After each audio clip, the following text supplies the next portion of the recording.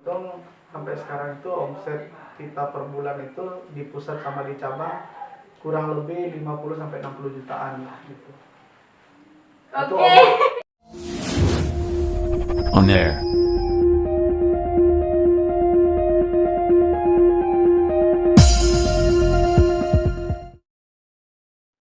Assalamualaikum warahmatullahi wabarakatuh. Jumpa kembali dengan kawan-kawan Ambaraja TV di podcast yang kali ini akan membahas tentang dunia kewirausahaan.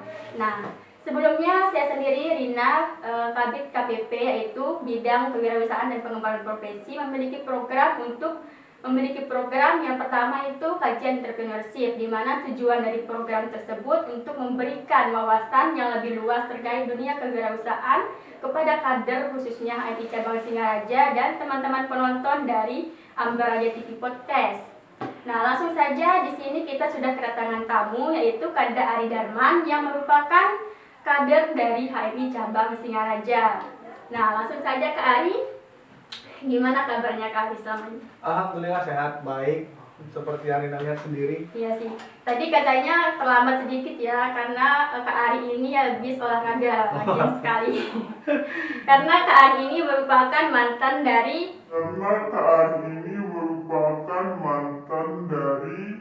Oh, bukan mantan. Bukan Kak Ari. Demisioner Menwa. Oh, demisioner sekarang. Dari semester 1 sampai semester 6 kakak aktif di Menwa. Semester 5 sampai sekarang aktif di HMI gitu. Oke. Nah, beliau ini adalah seorang pembisnis muda yang baru merintis karir mulai dari tahun 2020. tahun 2020. Oke. Sebelum kita lanjut ke pembahasan lebih kewirausahaannya, mau nanya-nanya dulu nih tentang Ya, Kak Ari. boleh. Asalnya dari mana, umurnya berapa, gitu. Oke. Mm-mm. Ibaratnya biografi lah ya. Iya. Oke. Nama kakak Ari Darman. Mm-mm. Kakak berasal dari Padang, Sumatera Barat, spesifiknya di Alang Panjang, Kabupaten Solok. Gitu. Untuk umur masih 23 tahun. Masih muda ya. Sekarang kakak masih aktif di HMI Cabang Singaraja dan berkuliah di Undiksa. Nah, tadi kan sudah perkenalan ya Ya. sama Kak Ari.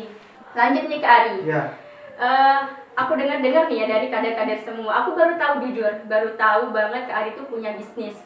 Karena selama aku kenal Kak Ari tuh aku nggak pernah kepo-kepo masalah ini segala macam tuh enggak gitu. Ya udah kenal Kak Ari kayak gini aja dan gitu. sebatas Kader di HMI HMI aja gitu, nggak Ya. pernah ngomong lebih. Tapi ternyata kemarin aku dengar-dengar dari kader dan ternyata ada satu kader kita yang memiliki bisnis. Nah, dan inilah orangnya. Oke, Kak Ari, aku pengen nanya, motivasi Kak Ari untuk membangun sebuah bisnis di masa-masa kuliah ini apa sih? Apa karena tekanan dari keluarga, uang jajannya kurang, atau modal buat nikah, mempersiapkan itu, atau bagaimana nih? Oh, Nikah ya? kayaknya kalau untuk modal nikah itu Jauh banget ya? enggak bisa lah Oh, bisa. tapi belakangan. Oke. Oke, coba jawab ya. Hmm. Karena mungkin motivasinya ya kita masih muda itu ya harus sekarang kita berjuang gitu. Harus Benar, sekarang benar. kita mempersiapkan masa depan kita gitu loh. Sebenarnya bisnisnya itu masih kecil-kecilan, Bu. Belum Nggak apa-apa terlalu kali besar, ya. daripada aku sendiri Iya, jujur bisa. bahan doang di kos, nggak apa-apa. Ibaratnya ada lah pemasukan per bulan Iya gitu benar, kan. nambah uang jajan. Ya. Jadi motivasinya itu dulu, Rin. Kalau kata Rin tadi uang jajan kurang Iya. atau pengen sesuatu yang lain, nah mungkin bisa dikatakan seperti itu gitu. Kalau berbicara masalah keuangan, kakak nggak terlalu sulit masalah keuangan gitu Iya. kan. Kalau masalah keuangan agak sedikit gampang lah karena orang tua Ngerti. kayak ngerti, habis itu masih standar lah. Keuangan keluarga itu masih standar gitu. Ya itu tadi kakak selama kuliah di sini tuh terang-terangan ya, ya jujur juga pada penonton, tidak pernah yang namanya minta uang jajan gitu. Meminta nggak pernah Serius? gitu. Ya kan, ya seperti bukan meminta dalam artian seperti ini, teman-teman yang lain, Bu, uang jajan udah habis kan, kirim dong gitu kan. Kalau kakak nggak pernah. Kakak ketika dikirim ya kakak terima. Kalau udah habis kakak bagaimana cara mempertahankan seadanya gitu. Nggak pernah minta uang ke orang tua gitu. Jadi kakak itu ya orang tua pun ngerti. Ya jadi kodenya kakak itu cuma itu aja, kodenya kan. Kalau ditanya orang tua, uang masih ada, masih. Nggak pernah nggak ada uang gitu kan. Karena apa? 1.000, 2.000 itu kan ada uang, ya kan? Ibaratnya kita memberikan rasa nyaman dan rasa aman lah kepada orang tua, kepada ya apalagi kita perantau kan, jangan sampai orang tua kita khawatir di sana gitu kan. Ya kakak itu aja, ada uang ada, tapi untuk makan nasi padang udah nggak ada lagi. Gitu. Kodenya gitu aja. Kalau orang tua itu nggak ngerti dah kan. Untuk makan nasi padang nggak ada lagi. Oh ya, paling besok paginya nyampe kiriman gitu kan. Jadi kakak nggak minta secara terang-terangan gitu kan. Termasuk juga masalah beli baju untuk kuliah, masalah beli-beli yang lain, sepatu yang lain nggak pernah gitu. Itu ya murni dari tabung menabung gitu. Ya seadanya itu diterima, seketika dikirim itu kakak langsung pisahkan antara uang kebutuhan dan tabungan gitu. Jadi untuk berbisnis itu mulai dari sana ya, karena untuk kita merasa di masa muda inilah kita butuh mempersiapkan untuk ke depan. Itu aja motivasinya dari sana aja. Setuju. Iya. Daripada cuma rebahan doang kayak aku ya kak. Iya, sebenarnya itu kan ada juga masa-masanya seperti itu. Benar. Sekarang pun masih banyak rebahan kok itu. Makanya sampai badan sebesar ini. Makanya sekarang lebih rajin futsal. Ya, gitu. Supaya bisa diet lah. Nah, tadi motivasinya kalian untuk membangun sebuah usaha ini cuman karena memanfaatkan masa muda ini agar nggak terbuang percuma aja ya gitu. Nah, kita lanjut nih Kak Ari ya. Terus kalau boleh tahu usahanya Kak Ari ini di bidang apa? Usaha yang sekarang? Iya. Oh, kalau usaha yang sekarang kakak cuman jualan milkshake gitu. Oh, milkshake. Nah, dan juga sebelum milkshake itu ada pisang crispy gitu. Dan pisang crispy ini juga masih jalan, tapi yang jalannya itu orang tua sekarang. Yang sekarang yang kakak urus itu ya cuma milkshake. Cuma satu milkshake gitu. Nah, oke. Sebelum milkshake dan pisang crispy ini pasti banyak banget nggak mungkin ujuk-ujuknya jadi milkshake, nggak mungkin ujuk-ujuknya jadi pisang crispy. Nah, dibalik semua itu perjalanannya untuk membangun sebuah usaha ini gimana? Suka dukanya itu gimana sih? Lah ya. Perjalanannya. Awalnya kakak itu waktu bangun usaha milkshake dan pisang crispy itu ya gara-gara corona ini. Gara-gara corona kan. Pada akhir 2019 itu Desember itu kan corona udah mulai muncul kan. Nah, di Indonesia muncul itu kan kalau nggak salah Februari apa Maret itu. Nah, pada saat itulah keluar putusan surat edaran rektor kalau mahasiswa rantau itu dipulangkan. Nah, di bulan Maret ya. Dipulangkan. Nah, pada saat itulah kakak pulang ke kampung dan di sana kan edarannya kan belajar online gitu kan, kuliah online lah. Pulang ke kampung, nah itulah pada saat di kampung itulah kakak tergerak untuk berusaha gitu kan. Karena ya dilihat di rumah itu ngapain sih kita kalau gini-gini aja gitu kan, kuliah online gak ada yang dikerjain, penghasilan gak ada, bersumber dari orang tua semua gitu kan. Di sanalah muncul ide-ide gitu. Yang pertama itu pisang crispy gitu. Pisang crispy ini ya itu tadi kakak kan punya orang tua punya kedai nasi atau rumah makan lah di kampung gitu kan. Nah, nasi padang gitu kan. Nah, di sana itu kakak coba-coba kan apa yang cocok ya, ngapain yang cocok ya. Habis itu muncullah ide buat pisang crispy karena di sana belum ada pisang crispy ya.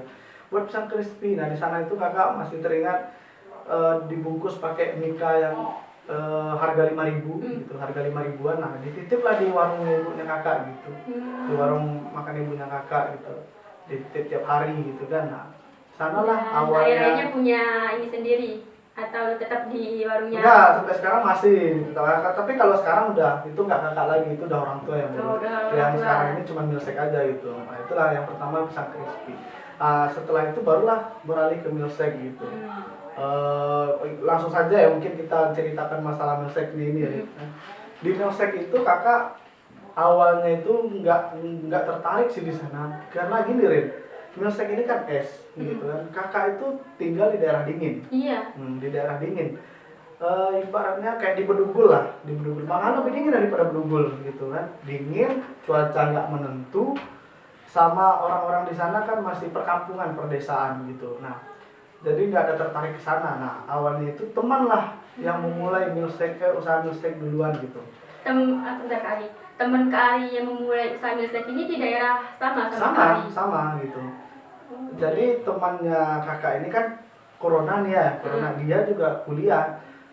Sekarang itu kita di milstek ini ada 3 owner, owner kakak, teman kakak, dan yang satunya ini sepupunya teman ini. Oh iya. Sepupunya teman.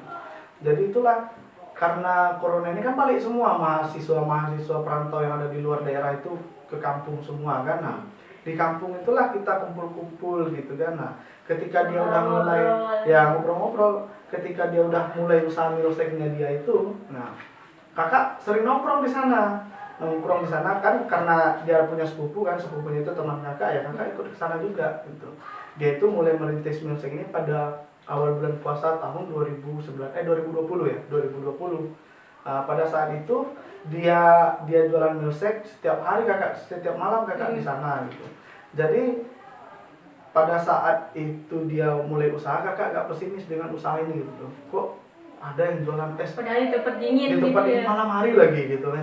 Agak pesimis malam itu hari. Itu gimana tuh minumnya? Nah, itu dia. Nah, minum es sambil menggigil. Seiring berjalannya waktu, nongkrong-nongkrong, oh kamu udah ya cerita kayak gini juga lah, bisnis gitu kan. Nah, karena kakak sama sepupunya dia itu rencana udah punya plan juga, planning untuk bangun usaha tapi di bidang kopi gitu, kopi-kopian gitu.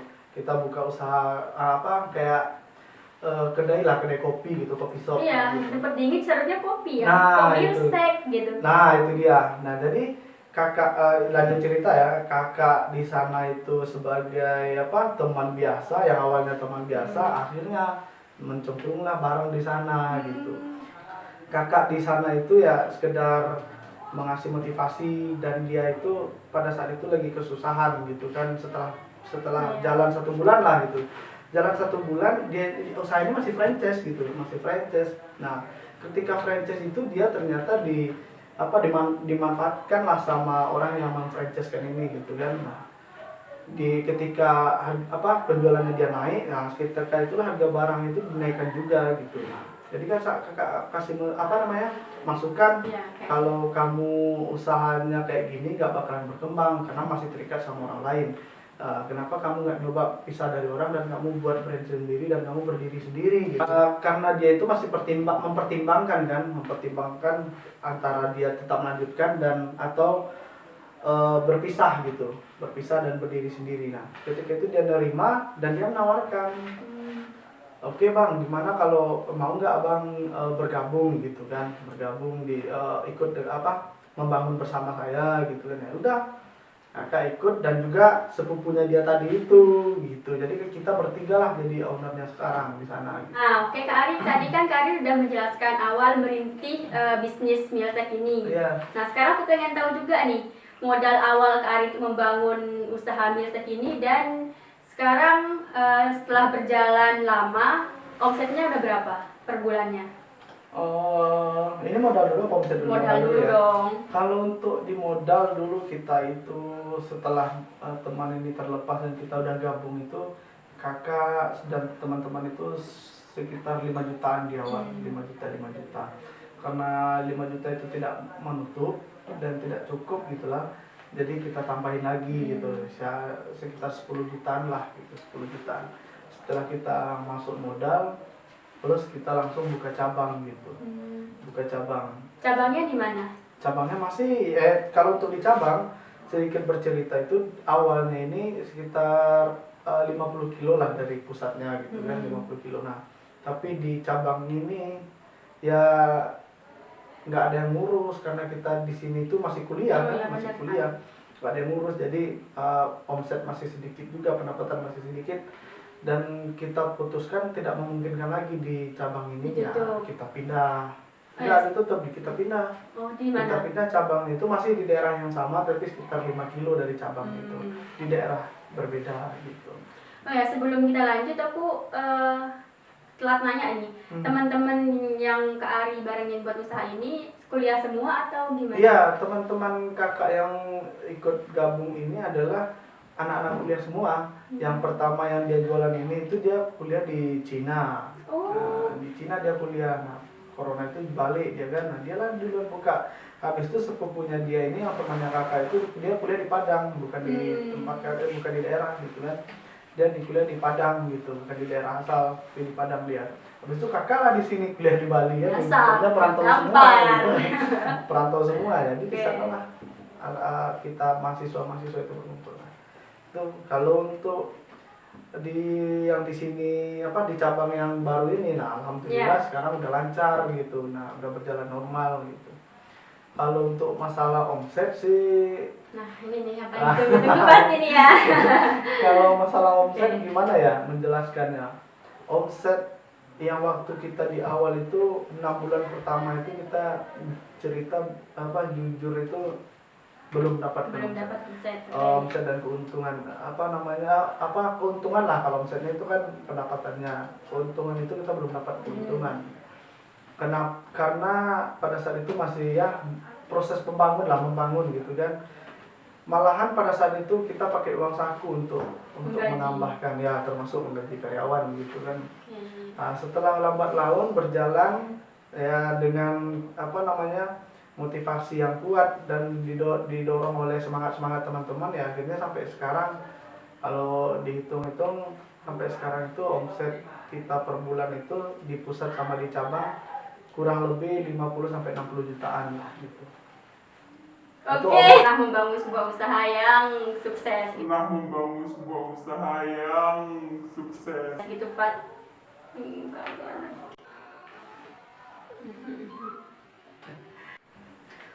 Omsetnya lumayan juga ya, 50 juta per bulan. Ya, 40, 50 sampai 60 lah paling tinggi. Oh, itu gitu. Rata-ratanya segitu lah. Rata-ratanya segitu. Karena kan omset ini kan nggak menetap gitu ya. Karena kita jualan di sana itu kan tergantung cuaca gitu. Tergantung cuaca juga. Nah. Tapi aneh ya Kak ya, di tempat yang dingin es tuh laku gitu. Nah, itu dia. Jadi gini Rin, kakak jelasin sedikit ya. Untuk menguatkan kita itu di Milsek ini ya itu tadi. Yang pertama kita itu menentukan produk yang baik. Kita ada ibaratnya tiga metode lah yang kita terapkan dalam berbisnis. Yang pertama itu kita menentukan produk yang baik ya, yang terbaik gitu produknya. Yang kedua target pasarnya gitu. Siapa sih sasaran kita untuk jualan ini gitu kan. Nah, sasaran kita itu pada saat itu ya mahasiswa-mahasiswa yang pulang pada saat rantau itu. Target kita itu yang awalnya mahasiswa sampai sekarang alhamdulillah dari kalangan anak-anak kecil sampai orang tua-tua pun udah menikmati gitu di sana.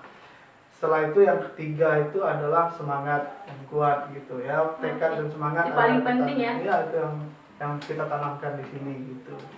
Karena di Milsek ini kalau kakak mengambil filosofinya itu yang pertama adalah melihat prosesnya itu gitu. Prosesnya kok unik gitu loh, berbeda dengan yang lain. Yang kedua coba-coba kan. Setelah dia melihat kan dia penasaran akhirnya mencoba kan. Ketika dia mencoba itu ya yang ketiga inilah muncul ketagihan gitu.